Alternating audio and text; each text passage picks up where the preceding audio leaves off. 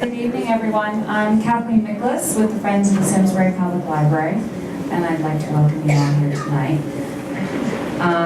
I am thrilled to introduce Amy Bloom, a nominee for both the National Book Award and National Book Critic Circles Award, and a New York Times bestselling author. Amy is here tonight to talk about White Houses, her latest book, which is hot off the presses, just came out last week. This is Amy's first historical novel and is about the romantic relationship between Eleanor Roosevelt and Lorena Hickok.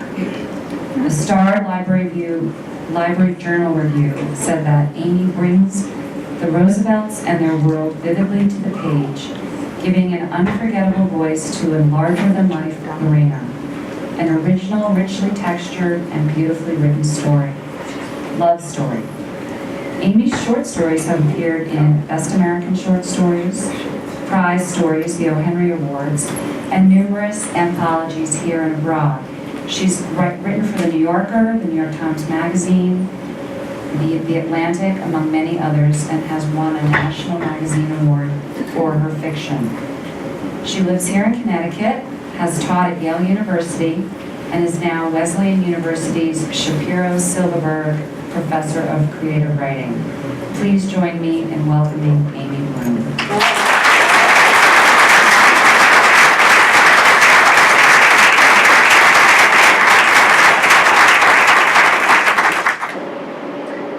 I had not planned to write a novel about the Roosevelts, but for my previous novel, which took place in the 30s and the 40s, I did a lot of research in American history, which I'm sorry to say I seem to have slept through when I was in high school, because I didn't know anything. And you can't research the 30s and the 40s without falling over the Roosevelts all the time, all the Roosevelts all the time. And they were fascinating people. And they were fascinating in a lot of different ways, both as leaders and as politicians and as family members and as warring groups within the Roosevelts. There was a special group of Roosevelts called the Roosevelts, who only married within the Roosevelts. So that Eleanor and Franklin were fifth cousins and married was not at all unusual.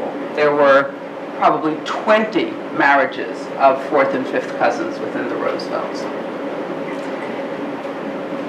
And in the course of the research, I read Blanche Wiesen-Cook's wonderful biography of Eleanor Roosevelt.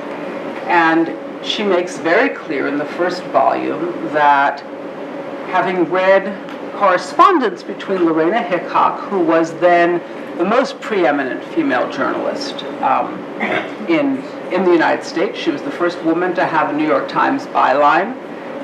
She didn't do weddings. She had started out briefly as a society editor and worked her way up to everything from Big Ten football playoffs to criminal cases to national scandals to the Lindbergh baby kidnapping and covering the Depression under President Hoover.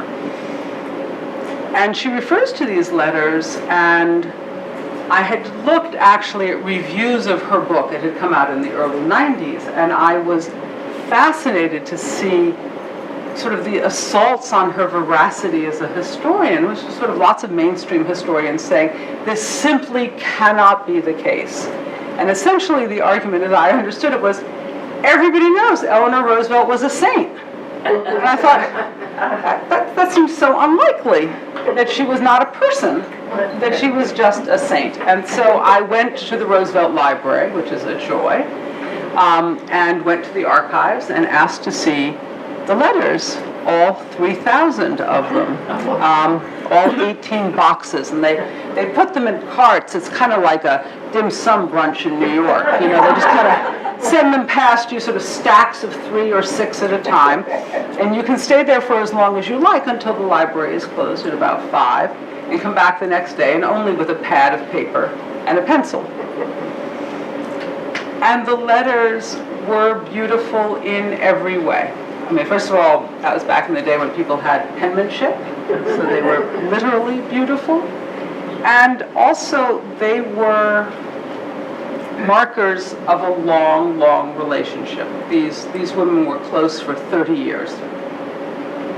And a friend of mine once said that in a long marriage, there are 100 divorces. All that counts is that you have 101 remarriages. And I think that that's how it was for them.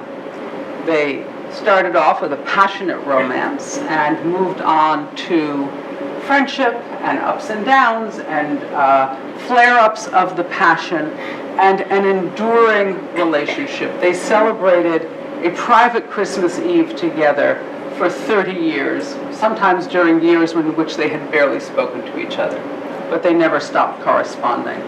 And in the height of their romance, Eleanor would write to Lorena 4 or 5 times a day. And finally it was Lorena, who was always more concerned about their reputation, who said, "You have to stop sending me these letters on White House stationery.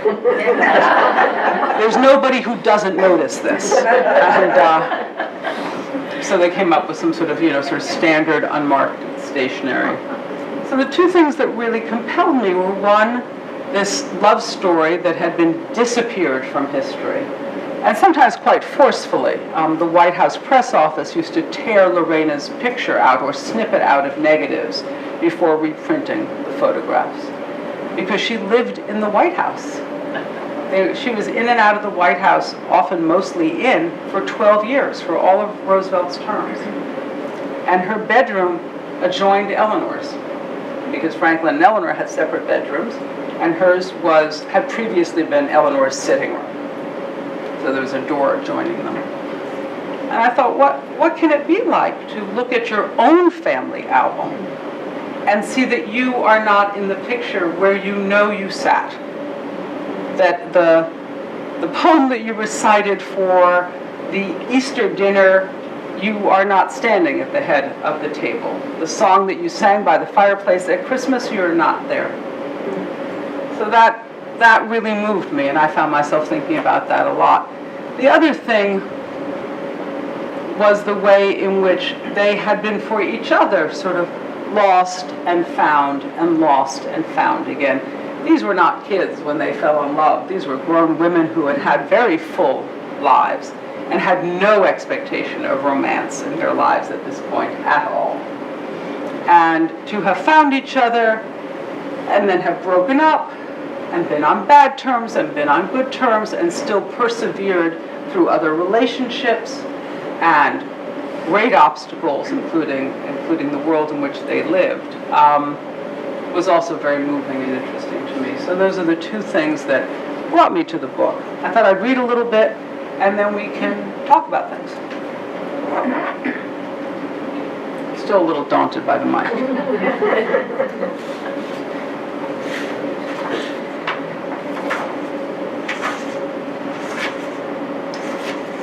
The novel is narrated by Lorena Hickok.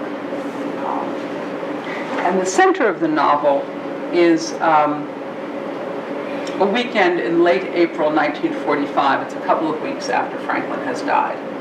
One of the things that was noteworthy to me is that Eleanor, having lived in the White House for 12 years, goes through it, boxes everything up with a list and one assistant, and is out of there in less than 2 weeks, which I realize is not her greatest accomplishment, but still.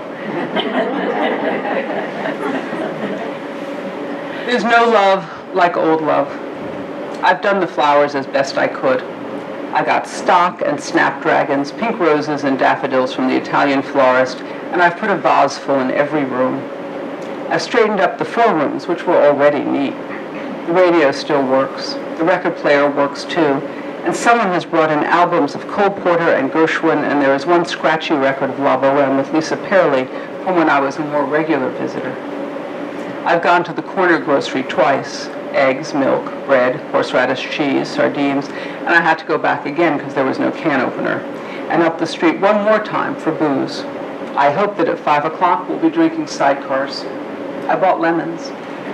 I want to have everything we need close by, and I am hoping we don't see so much as the lobby all weekend. I changed my clothes in the living room. I don't think I should be in the bedroom at all unless I get invited. On the radio, the newsman raises his voice like a coach on the field and says that the 18 major cities of Germany are ablaze. He says the Potsdam Division of the German army is systematically murdering the Americans wounded on the battlefield. He says, with a lilt, that 2,000 American planes are attacking rail positions near Berlin and other communication centers in southern Germany. And he says, "Good night, ladies and gentlemen. Victory is in sight." I hope so. I'm glad and I'm tired. I'll celebrate the war's end out on Long Island with a couple of other old broads and our dogs, and we will all toast Franklin Roosevelt, who didn't live to see it. My neighbor Gloria and I will sing Straighten Up and Fly Right, and every single one of us will cry. I sit down on the living room couch to wait. I used to be able to read Eleanor's heart when I saw her face, and I worry that I can't anymore. I expect to see her gray with Roosevelt's suffering, the kind that must not only be borne, but must be seen to be borne elegantly, showing her great effort to be patient with everyone's sadness and pulling need. And beneath that, just like it was when her brother died, a hook of barbed and furious grief that she would tear out if she could. I hope that in the mix of her feelings for Franklin and sorrow at his death and grief for her children and for the country, she'll be glad to see me. I want her to feel that with me, she's home like it used to be. She sent me away 8 years ago, and I left, and 2 days ago, she called me to come, and I came. The buzzer rings, which means her hands are full and she can't get to her key. I open the door, and Eleanor is leaning against the wall, paper white. Her beautiful blue eyes are red-rimmed all the way around, and she looks as if she has never smiled in her life. Her dusty black coat is enormous on her, and her lisle stockings bag. I kiss her because I always kiss her hello when we are alone and we're on speaking terms, and she turns her cheek toward me and looks away. She hands me her purse and her suitcase, and I put down the bags and I put my arm around her waist. I try to pull her face to mine, but she turns away and rests one hand on my shoulder to take off her shoes. She drops her hat, her coat, and her scarf on the big brocade armchair. She unbuttons her gray blouse and lets it fall to the floor. She walks into the bedroom, unzips her skirt, and I follow behind, picking up as we go. She sits on the edge of the bed in a ragged white slip she should have thrown out long before the war. She takes the pins out of her gray hair and pulls off the awful stockings. We fought about those stockings. I said that even in a war, the First Lady did not actually have to entertain royalty while wearing knit cotton stockings. And she said that was exactly what the First Lady had to do. I stretch the stockings over the arm of the club chair, and she shrugs. She lies down on the bed facing the wall and lifts her right arm up behind her. Without turning to face me, she beckons me over. I pile her clothes on the wood chair. I put her black shoes in front of the fireplace, and I hang her black coat in the closet next to my navy blue one, and my red scarf falls over them both. I am sorry I've come. Oh, she says, hic. If you don't hold me, I will die. I climb in behind her, and she undresses me with one long white hand, still not turning, and I look out over her shoulder and watch people turn on their lights. Eleanor and I had our first private lunch at the White House. During the inauguration, grinning and posing in front of the portraits like teenage girls. "Why don't you move in?" she said. "We have so much room." I asked her what she meant, and she said again, "We have so much room, look." And I leaned over to kiss her, and she pushed me away a little. "I have housekeeping to do," she said, "if you're coming. Why don't you go and get your things?" And I went back to Brooklyn. I put my rent check in the mail, and I drove my blue suitcase, my Underwood portable, and a box of books down to Washington the next day. One of the housekeepers took me through the White House, up the stairs to Eleanor's suite, blank and polite, as if she'd never seen me before, as if she hadn't done my laundry and hemmed my skirt when I had stayed for the weekend before. But when she opened the door to my room, she smiled and put my typewriter on the desk. My new room adjoined Eleanor's. It was her old sitting room. I had a big desk and a bookshelf and an old Windsor chair. I had 2 table lamps and a floor lamp. I had a bed and a dark velvet couch that had seen better days, which I pushed toward the corner, and an oak armoire big enough to hide in. The only thing between the 2 rooms was a wall covered with photographs and an old wooden door. I spent about an hour sitting upright on my twin bed, my hat and coat still on, staring at that door, willing it to let me in, to look down on the rose garden, to let me open the window to the big magnolia tree. And Eleanor finally came in and sat down next to me. She walked over to the wooden door and twisted the knob a few times. "This thing always sticks," she said. "Come back," I said. She sat back down on the bed and held my hand, looking straight ahead. "You see me," she said. "You see all of me. I don't think you love everything you see. I mean, I hope you do, but I doubt that you do. But you see me. Not just yourself reflected in my eyes, not just the person who loves you. Me." And my ears burned the way they did after 3 scotches. And now she turned and faced me. "Lorena Alice Hickok, you are the surprise of my life. I love you. I love your nerve. I love your laugh. I love your way to the sentence. I love your beautiful eyes and your beautiful skin, and I will love you till the day I die." And I pushed out the words before she could change her mind. "Anna Eleanor Roosevelt," I said, "you amazing, perfect, imperfect woman, you have knocked me sideways. I love you. I love your kindness and your brilliance and your soft heart. I love how you dance, and I love your beautiful hands, and I will love you till the day I die."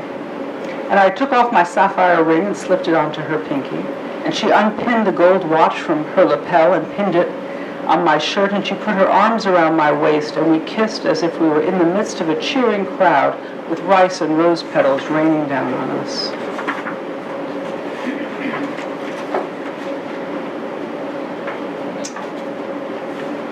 We were in the rose garden one night and ducked behind a tower of pale pink roses to kiss. We think we'll remember it all, and we remember hardly anything. Even when the car is only doing 40, it's still going too fast. The trees are a green and gray blur. The restaurant where we thought we'd die laughing over the misspelled menu has come and gone. Neon green streaks and bolts of flamingo pink blow up the sky on a winter night in Maine, and we think, oh, we will never forget these northern lights, but we do. What we remember is only that curling picture in the left-hand drawer, or a gorgeous half-page photo in an old travel magazine. But what we saw when we held hands, lifting our chins to the sky as if we could leap into the jagged jewel brilliance above us, was seen for 10 seconds only and never again. When we walked upstairs out of the rose garden and past the Secret Service man, and Eleanor said, "Good evening, Wyatt, I'm in need of repair," he said very warmly, "Yes, ma'am." And she said, "This party will run another 2 hours, don't you think?" And he looked at his watch and says, "That's what we were told, ma'am." And we race-walked into her bedroom as if we were hell-bent on finding safety pins. And her sequin jacket slid to the floor, and with it her 3-story white orchid corsage, which would have to reappear on her jacket in an hour. And she said, "Do not touch that thing." And she pulled me onto the bed, and I didn't think, I have to remember this. But I have. Eleanor loved the theater. She was mad for Cole Porter, and there wasn't a song of his she didn't know. She nodded to everyone. She clasped every hand. And when the house lights dimmed and Eleanor kissed me on the palm, she whispered in tune, "You're the top. You're Mahatma Gandhi. You're the top. You're Napoleon Brandy." And I thought, I will remember this. And I do.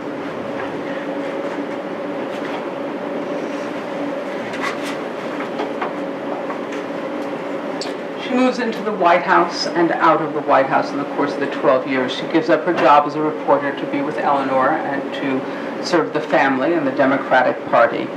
And with some difficulty finds other work, including being a reporter during the Depression for the Federal Emergency Relief. The last time I saw Franklin, it was 2 months ago, and I was still sleeping in the White House. I'd gone looking for a pen. The ones in my room were dry or broken. No one but the Secret Service was around. They nodded. I nodded. I'd go into the kitchen hoping to find a muffin, and then I'd walk back upstairs and look for a pen. When you are waiting for the sun to rise, when you can't sleep and you want the world to join you, any activity seems promising. I walked through the second floor, past all the closed doors, and took the stairs back down. Franklin was asleep in his wheelchair, head back against the wood frame. I'd caught him like that once before, years ago, in his first term, with Missy LeHan sitting on the couch next to him in her pink blue robe, holding his hand. She had seen me and coughed. He opened his tired eyes and waved a hand. "Well, look here. Heck, couldn't sleep? Come to join the Insomniacs Club?" "I guess so," I said. "I was looking for a pen, but if you two are having a nightcap, I wouldn't mind." And Missy pursed her lips and shook her head. He grinned. I was still a fresh face. I was an interesting adversary. I knew some good jokes. I could hold my liquor, and it was a third-act twist to have drinks with me and Missy. And he was running the United States, like his very own fiefdom. And oh, this chair, this minor impediment, nothing to it, pay it no mind. And I stood my ground, and Missy held on to his hand. "Oh no," she said, "FD, it's so late." I don't think people can help it. We play with fire, and we tell ourselves we're just lighting a modest, necessary candle. We know discretion is called for, and everything in us cries out to be seen, to spread our feathers.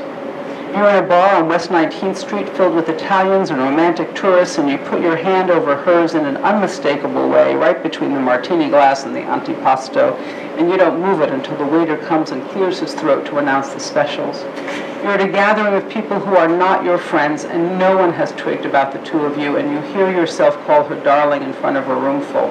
I was not someone Missy should have showed off to. I was the pervert. I was madly in love with Eleanor, which I didn't have the decency to hide on account of being the pervert. And Eleanor seemed to be crazy in love with me, which baffled everyone, since everyone knew passion and romance and perversion were not Eleanor Roosevelt's cup of tea. And I had only just stopped being a reporter. And if things went south with Eleanor, who knows what terrible story I might sell to the Enquirer, and Missy knew all that. And still she danced her fingers along his arm, up to his broad shoulder. She leaned so close her breast grazed his chest, and still leaning in, she kissed him closer to the lips than the cheek, and he patted her hand. She stood up and straightened her robe. She wanted me to walk out with her, and I sat down on the arm of the old leather chair across from Franklin. "Mr. President," I said, "Missy needs her beauty sleep. You know I don't." He laughed.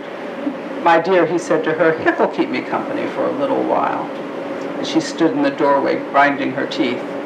"Really, my dear," he said, "good night." I knew that voice. Light and charming, and the sun would set on you before you had even reached the door. And in the face of Franklin's deep freeze, everyone backed down. I sulked. I pretended it was a dignified retreat, but it was really just lumbering backwards in shame. A few times when there had been too much scotch going around, shame propelled me forward instead until I was out of my chair, facing him down with nothing to say. I stood over him, furious with both of us, opening and closing my fists, and he puffed on a cigarette, and his eyes wandered from my face to my bosom and back, assessing out of habit, just letting me know. I sat back down and I pretended to read, and Franklin called for another round, and I couldn't scold the President of the United States, whom I admired with all my heart, and I didn't have it in me to fight with the cripple whose wife I was sleeping with every night I had the chance. We sat in the near dark that first night, and all I could see was his silver hair, the steel rims of his glasses, his snowy white cuffs, and his elegant hands. "Well," he said, "pour us something." I poured us what I could find without turning on a light. "This feels like rum," I said. "I found some lime slices." "Oh, like we're in Cuba," he said. "Salud." "I hope we shall drink down all unkindness," I said, and I hoped he would ask me what that was from, and then I would say the Merry Wives of Windsor, and then he would express admiration and surprise at my education. And he lifted his glass to me and took a long swallow. "Much better to have you inside the tent, Hickey, and pissing out."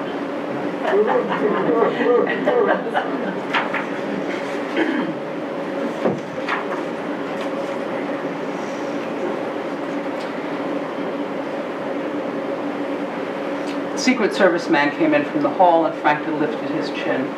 "Good night. It's good to see you again," he said. And Wyatt nodded to me, and wheeled Franklin out into his bedroom. He'd undressed the President and put him in pajamas, one thin, useless leg at a time, and Franklin would slide himself from the chair to the bed with Wyatt hovering.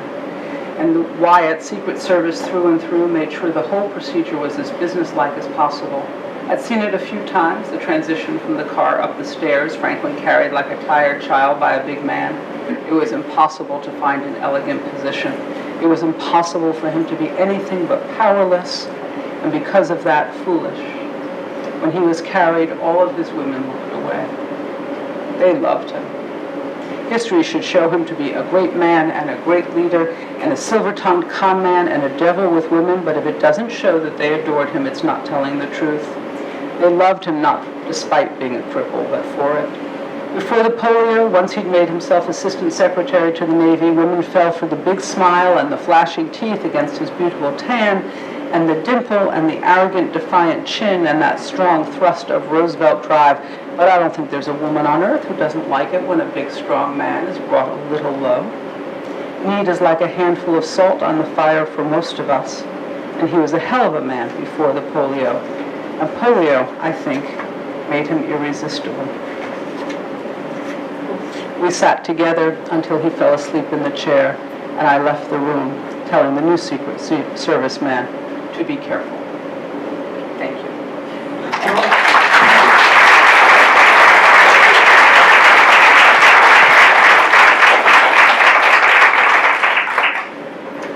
So I'm all yours. Can you hear me without the mic? Yes. I'm all yours for a little while. If you have questions, even better if you have answers. Whatever I can tell you about the book or, anything else within my limited scope of knowledge. Yes, ma'am. I've loved your short stories, and then I love the novels. Which do you prefer to write and why? Can you hear it in the back? Good. Excellent. See, you can listen. Well, it's like the difference between having a cold and having the flu. And it's like, so I prefer the short stories because they're shorter. And when I get started, I think I will live to finish this. When I'm writing a novel, I just stare out the window for weeks, and I just think, oh, doomed. So in that sense, I prefer the short stories. And also, one of the things I love about short stories is that there are no in a good short story, it's not an anecdote, it's a whole story. It's something that's fully illuminated, but there are no valleys. You don't have room for valleys. It's like being a cat burglar.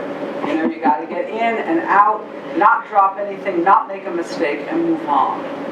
So I love that practice. I love that habit. You may observe I don't write terribly long books, and there's a reason for that. I loved War and Peace the first time I read it, and there were two things that it taught me. One is that you can do anything with time in a novel or a short story.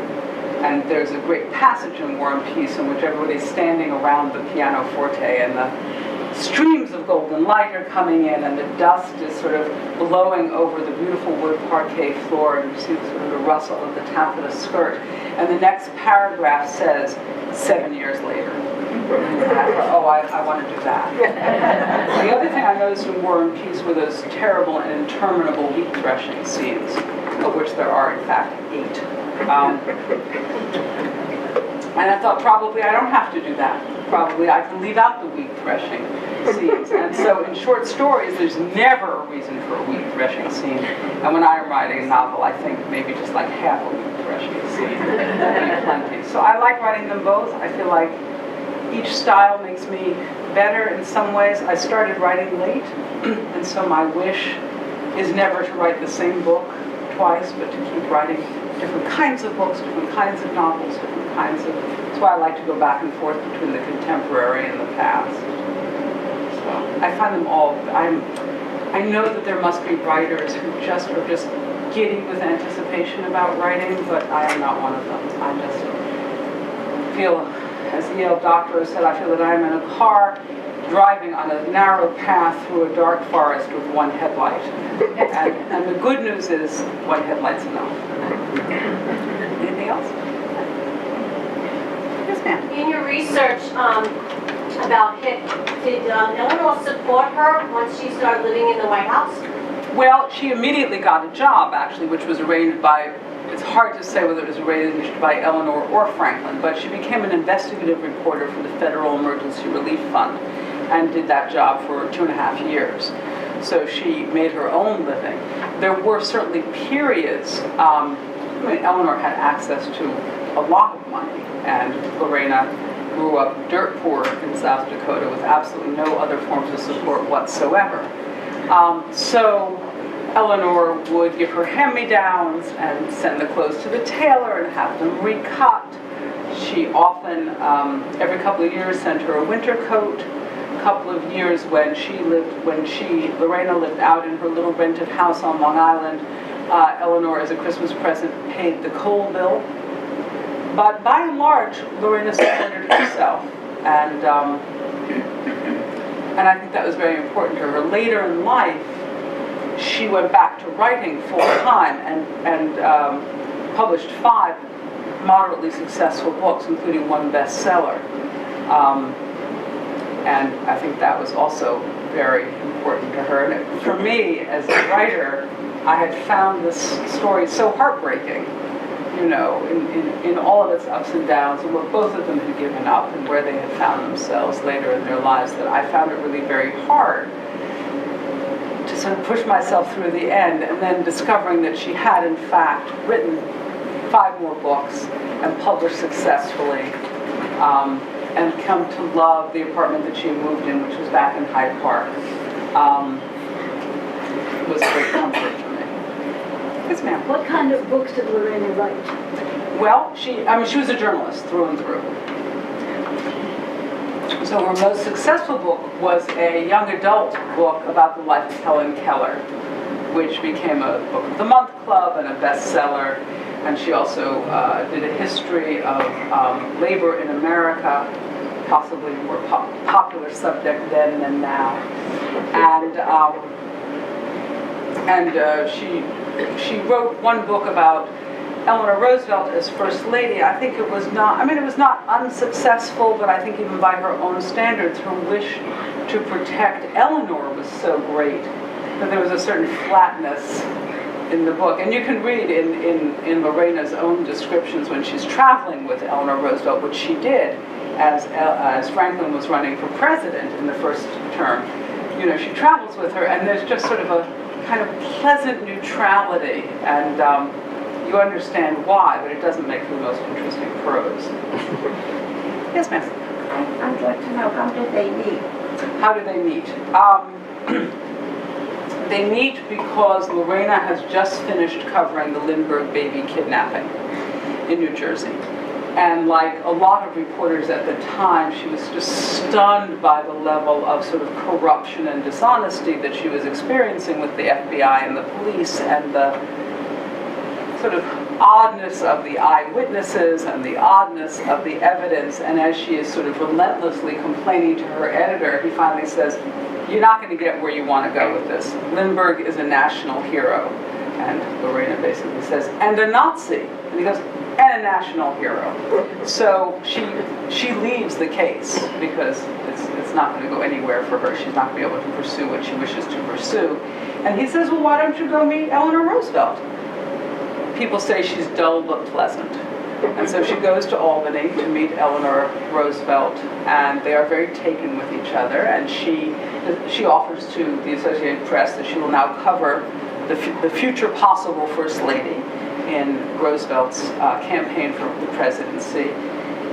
And before the election, they are in love.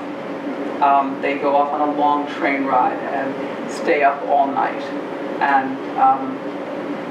And these kinds of details, what is fascinating is that they are facts. I mean, there are lots of things I make up in the book because it's a novel, and I can. But that is right in Eleanor Roosevelt's own descriptions of the train. It doesn't say, "and we fell in love." It says, "and we became fast friends." Yes, ladies in the back. So because you've written works of fiction before, and this was based on real people, but it's a novel, so how did your writing process, how is it different because you were writing about real people based on fact, and you couldn't just take them where you wanted them to go, but you were kind of working off what really happened? Is that, how did you come at that as a novelist, not a memoir writer or historian. Right, I am not a historian, I am not a journalist. Both my folks were journalists, and I know the difference. It ends, as a novelist, you always have a choice about how you deal with the facts, because any novel has to encounter facts. For example, I don't, even though it's a novel, I don't place the Depression in 1948. I don't make Andrew Jackson the president before Roosevelt. I don't make Eleanor Roosevelt a beautiful, long-legged showgirl from Vegas who marries up. I could, because it's a novel. I get to do whatever I like. That's why people like to write fiction, because you get to muck about all over the known and unknown world. But for me, these things provided a certain kind of constraint, which I find useful as a novelist. If you read my short stories, you will see that there's barely any plot at all. You read my short stories, it's like nothing happens. They're like French, they're like French films from the early 1960s, You go for a walk, somebody folds a napkin, a lot of eye contact. Maybe the last couple of years, a lot of sex. A lot of sex, apparently. You can ask her about it. And that's that.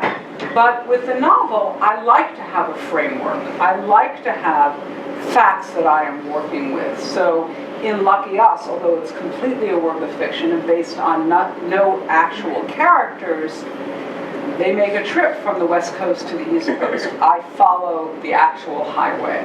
I plan how long it actually takes. So one is always working around facts of reality. The thing that was very different was the tremendous amount of information there is about Eleanor. Again, it is information. It's not necessarily from the inside out. And quite a bit less information about Lorena. So I was able to really use my imagination and my empathy. What would that have been like? And one of the pleasures of not being a historian is that I did not have to brand it speculation. I made Lorena my narrator because I wanted to tell the story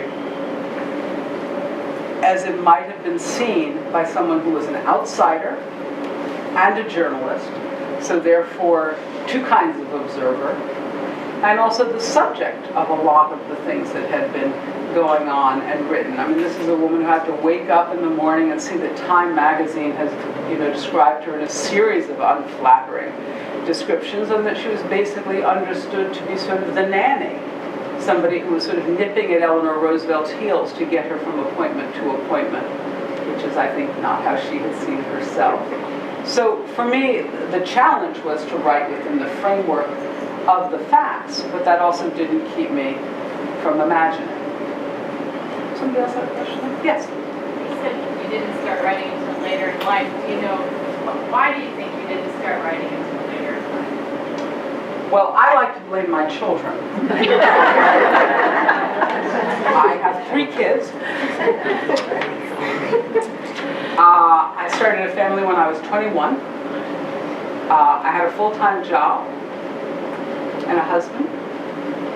And, I feel all of that, as I have frequently said to them, really slowed me down. But also, I think it had not occurred to me that I would be,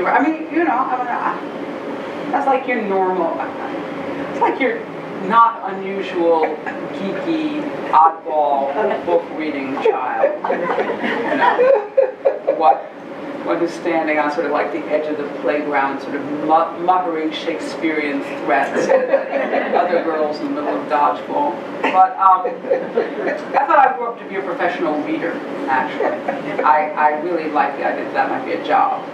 And my vision was that I would read books, and at the end of the week, I would tell somebody about them, and they'd be fascinated, and they would pay me. And I was very, very distressed at about 10 to discover there was no job like that. And, but it did not occur to me that I would be writing. And the short version about the writing is that in the midst of the children and the job and the husband, apparently I thought I had time on my hands, and I decided I would become a psychoanalyst because I had been a psychotherapist. I'd been a clinical social worker.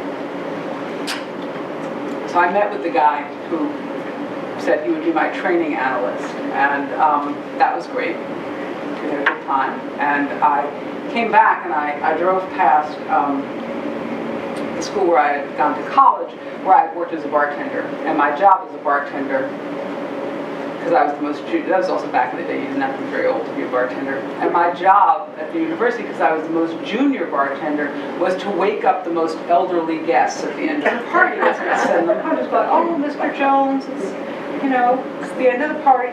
I think really they just wanted to make sure people weren't dead. Fair, and I thought to myself as I was driving home from meeting with the analyst, what if they had been dead? Wouldn't that be a great mystery? I love reading mysteries. And so I scribbled a bunch of notes on a McDonald's box that one of the children had thoughtfully left in the front seat. And when I went home, I typed up the notes, and I thought, oh, I have like 15 pages of notes here. What do you know? And so I called Sam Ritvo, which was his name, and said, I don't think I'm going to become an analyst. I think maybe there are some stories I would like to tell. And he said, well, this man was 85 when I met him. I was about 35. And he said, well, neither of us is getting any younger. He said, so if I were you, I wouldn't dawdle about the writing. You know? And so about 3 nights a week, I would sit in my basement and write and finish what was, I'm sorry to tell you, a terrible mystery. But it taught me how to write. And then I thought, oh, well, maybe I could write about some of these other things, you know, with less of a formula, which had made me feel very safe in starting to write. And I took the mystery when I finished it, and I sent it to my English teacher, my high school English teacher, who was the only person who read my work. And he sent it back, and he loved me. And he said, you know, I love the characters, and the dialogue is so funny and so fresh. I don't know much about this field. Shouldn't there be more than one suspect? What a good point. But I couldn't imagine who the other suspect would be, so I started writing short stories.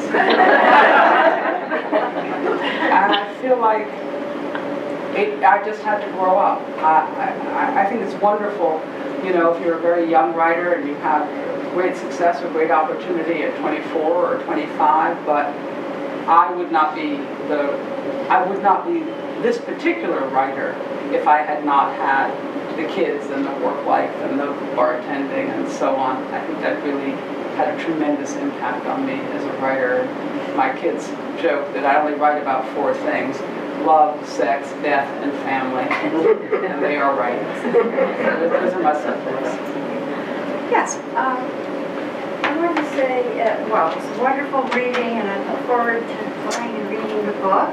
I like the pairing, how you got to see Hick with FD and with Eleanor, and it's just great. But I have just finished Away, so I'm really not a shill, and just want to make a plug for this. It was just so powerful, and you were speaking earlier of being able to shoot ahead different years, and I was thinking of how well you've done character and humor and the entrance and exit of characters.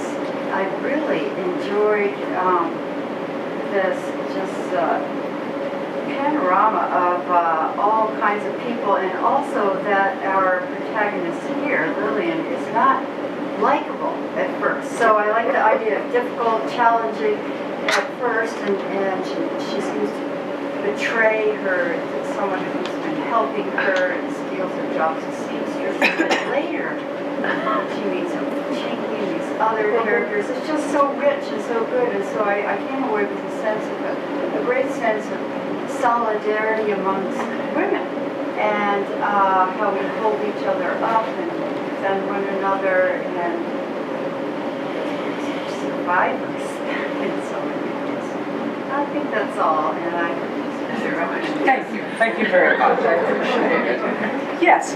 How did these letters come to be preserved and available to the public to read? all of the letters in the Roosevelt Library, and there are a ton, all of these people wrote letters, you know? They did not text. They did not even send emails. Everybody wrote letters all the time because that's how you kept in touch with people. And so Lorena had kept 3,000 of their letters. The correspondence is far more Eleanor to Lorena than it is Lorena to Eleanor, not surprisingly, because we keep the letters of our beloved. We don't necessarily keep the copies of our letter, but she was a journalist, and she did, as my dad used to do, make a carbon of every letter that she sent. The Roosevelt Library was really after her for her to donate the letters, but not, I think, because of their focus on the romance, but because she was in the press as first friend. That was her title. There were tons of official photographs of her leading an investigation into circumstances in Puerto Rico after a national crisis there, doing her work on the Depression are in bound books in the Library of Congress, and she did the bulk of the investigative reports on the Depression. So they were really hounding her, and she actually writes about being hounded by them to give the letters, and she is in tremendous conflict about whether or not to donate letters for reasons that are not clear to the library. Everybody else had been so flattered. Why doesn't she come across? And there are these very funny descriptions on her part of her being wooed by the head of the library. Nice gentleman who she felt seemed not to grasp the point. And finally she says, okay, here you go, have the letters. She burns about 200 of them because, as she says to Anna Roosevelt, Eleanor's daughter, your mother was not always discreet.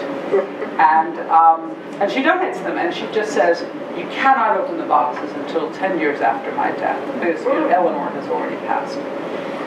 And Franklin had already passed. So the letters are opened in 1978. And the first historian to read them is somebody who's doing more casual research on Eleanor Roosevelt. And she,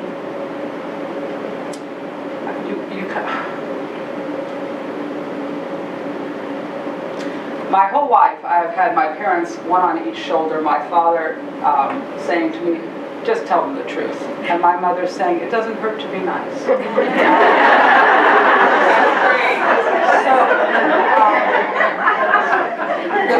The first historian who discovers Lorena's letters is so appalled and so anxious and so homophobic, you can just about see her clutching her pearls.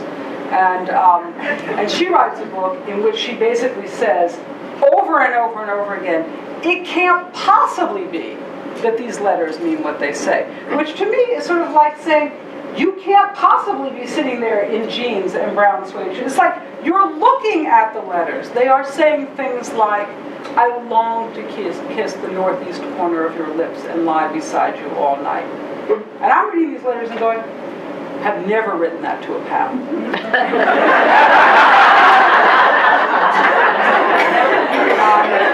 I see you ring upon my finger, and I weep to think she must love me, or I wouldn't be wearing it.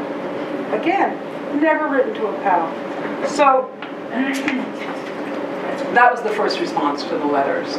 Things got better, not quickly, but they got better. And people kept reading the letters. And so one of the famous historian stories is that when Blanche Wise and Cook brought out her Eleanor Roosevelt biography, she was pilloried. Blanche herself is a lesbian and a historian, and the attacks on the book were like, obviously, lady, you had an agenda. You are just clearly misreading it. Eleanor was a very Victorian lady and apparently enormously effusive in her letters. Well, yeah, effusive is like, my dear, I cannot wait until you come to tea. Not, I put my hand on your photograph and cry that it is 3 more days until I can be beside you. Different. And what was striking to me is that in about 5 years, all the mainstream historians had actually come to read the letters at the Roosevelt Library, and they all wrote to Blanche Wise and Cook and said, oops, read the letters, my bad, I see where you got it.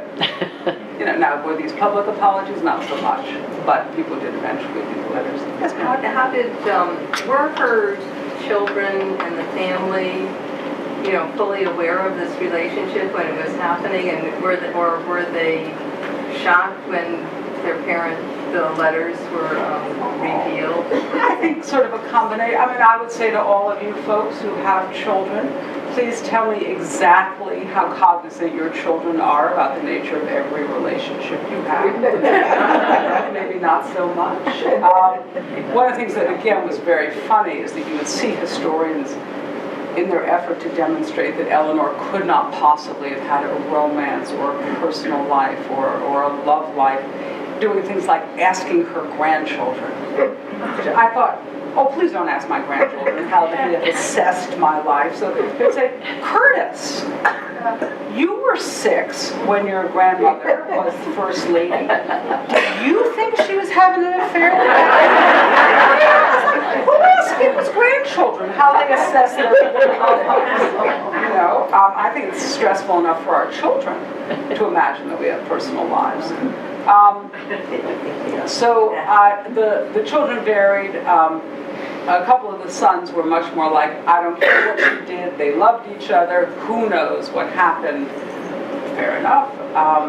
Some of them felt more strongly that it could not have been. The wish for people, not just her children, but for people in America to feel that this was our saint, that this was our icon, and that she could not possibly be a saint and a person. And also, the narrative, which was, they married, Franklin was glamorous and irresistible, which he was not when they married. When they married, everybody in their social circle thought, well, lucky Franklin, because he was kind of a dweeb. He was a wet. He was not an athlete at Harvard. He wasn't asked to join the best clubs, and he wasn't a scholar. No one thought much of him. They thought he was a pain in the ass, honestly. And she was tall and slim with beautiful dark blonde hair and beautiful blue eyes, and a terrific dancer and a social conscience, and spoke 3 languages, and you could, as they said, take her anywhere. He eventually grows and changes, and the narrative was he broke her heart and she turned to good works. And it seems to me that's one kind of narrative, but it was also possible that he broke her heart and she fell in love one more time. And that made a tremendous difference even in the way she led the country. Because Lorena, unlike Eleanor, was not born to power and privilege, and was always pushing Eleanor to go further, to go out of her comfort zone, to keep growing. And so in some ways, what Eleanor did for Franklin, Lorena did for Eleanor. Maybe a last question? Yes, sir. Yes, sir. How long did it take you to do the research for the book? Well, the research probably took a couple of years. A couple of years to read and think about and, stare out the window, and a couple of years to write. But I'm a slow writer. So that, for me, was actually trying to pick up the pace. Grace Paley was a great friend of mine at the end of her life, and I was reading to her from away, in which there's actually a reference to one of her great short stories, Goodbye and Good Luck. And she was not well, and she said, oh, read that chapter that's all about my story. So I read that chapter out loud to her that was all about her story. And she looked at me, and she said, darling, you think from 50 to 80, it's minutes. Seconds. Go right. So I've been trying to pick up the pace ever since. Just one quick question. Are there any biographies of Lorena? Well, there are biographies of Lorena and Eleanor, and Lorena herself wrote a little bit about her early life, and her life until she is 13 or 14, the facts are very much as I wrote about them in the book. Then it becomes a lot sketchier. You get some of the bare facts of her life, but it is she is such a small boat in the ocean of Roosevelt that, I had to really keep digging for mentions of her, for references to her. If not, I should probably let everybody go for tonight. Thank you all very much for coming.